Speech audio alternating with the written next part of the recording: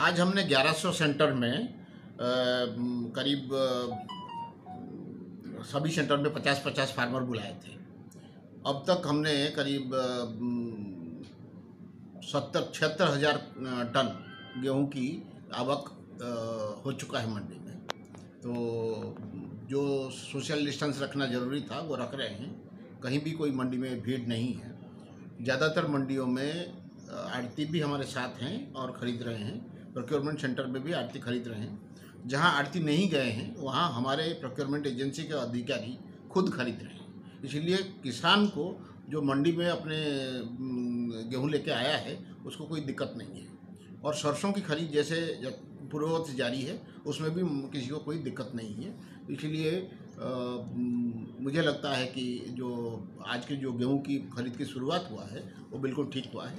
और एक और चीज़ मैं क्लियर कर देता हूं कि जो मेरा फसल मेरा ब्यौरा में किसी किसान ने अगर अपना कुल रकबा दिया है कि गेहूं के अंदर इतना था, जब उसको बुलावा आएगा तो वो अपने पूरी रकबा का गेहूं लेके इकट्ठे आ सकता है। हमारी तरफ से इसके लिए कोई रोक टोक नहीं है। सर, मेरी फसल मेरा ब्यौरा को लेकर कहीं ना कहीं किसानों का विरोध कल से ही देखने को मिल रहा था। उनका कहना था कि सीधे गेहूं खरीदी जाए पोर्टल की बजाय। किसान को मेरा फसल मेरा ब्यौरा में कोई फर्क नहीं पड़ेगा। ये है कि उसमें जो रजिस्टर किए हैं उन्हीं लोगों को बुला रहे हैं।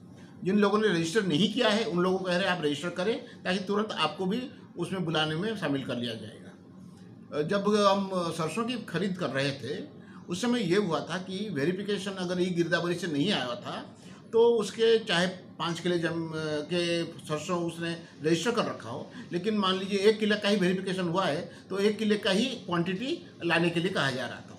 लेकिन उसको हमने तुरंत अगले दिन ठीक कर दिया था। चाहे सरसों हो या गेहूँ हो, जितने का मेरा फसल मेरा ब्यौरा में रजिस्टर कर रखा है वो सारे के सारे फसल वो एक बार में ला सकता है।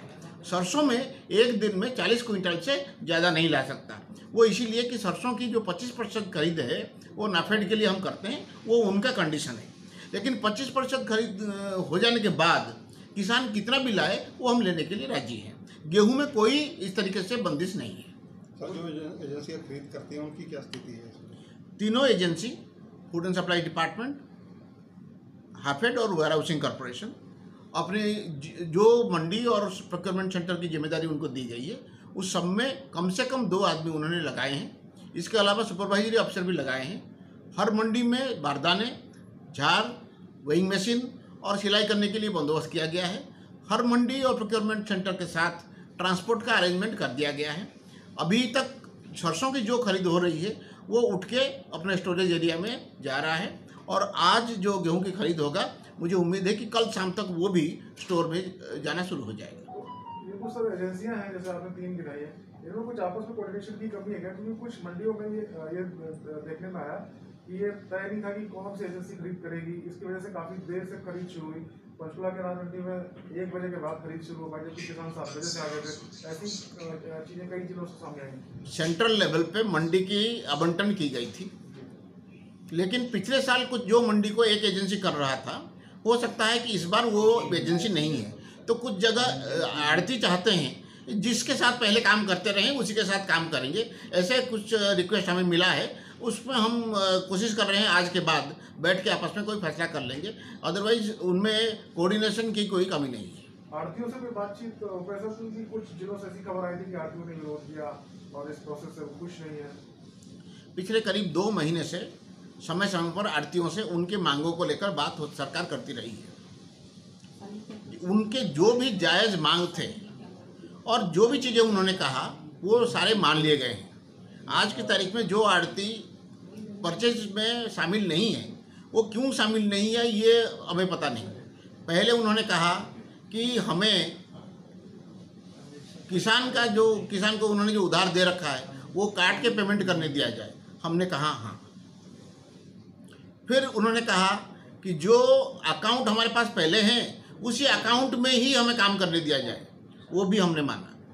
उन्होंने कहा पिछले साल आपने सरसों की खरीद में हमें 40 रुपये क्विंटल दिया था, उसको बढ़ाया जाए। उसको बढ़ा के 1.25% किया गया, लगभग 55 रुपये से थोड़ा ऊपर किया गया। वो भी उनकी मांगे मानी गई। आड़तियों के कोई ऐसे मांग जो पहले उन्होंने हमारे पास कह रखा हो और जो जायज़ हो और हमने नहीं माना हो, ऐसा कोई मांग नहीं है। अब जब वो बताएंगे वो किस कारण से शामिल नहीं हो रहे हैं, तब उसमें बातचीत संभव होगा। तो आज की प्रक्रिया कैसे देखते हैं सर? आकलन किया होगा आपने, ठीक है, कुछ और आगे उसमें कुछ और करने जा रहे हो आप? मुझे आशा था कि करीब 1.5 लाख टन आज हम खरीद पाएंगे, लेकिन मुझे लगता है क्योंकि कुछ एरिया में जिन लोगों को बुलावा गया है उनमें कटाई नहीं किया है, कुछ लोग तो ऐसे हुए हैं, तो पहला दिन है, थोड़ा इस वजह से भी थोड़ी ये हुई है। 1 लाख टन की खरीद आज होगी और कल परसों 2-3 दिन में सभी चीज़ें सामने आ जाएगी और जो हमारी टारगेट है कि रोज़ 2.5 लाख से 3 लाख टन खरीदने की, वो हम कर पाएंगे।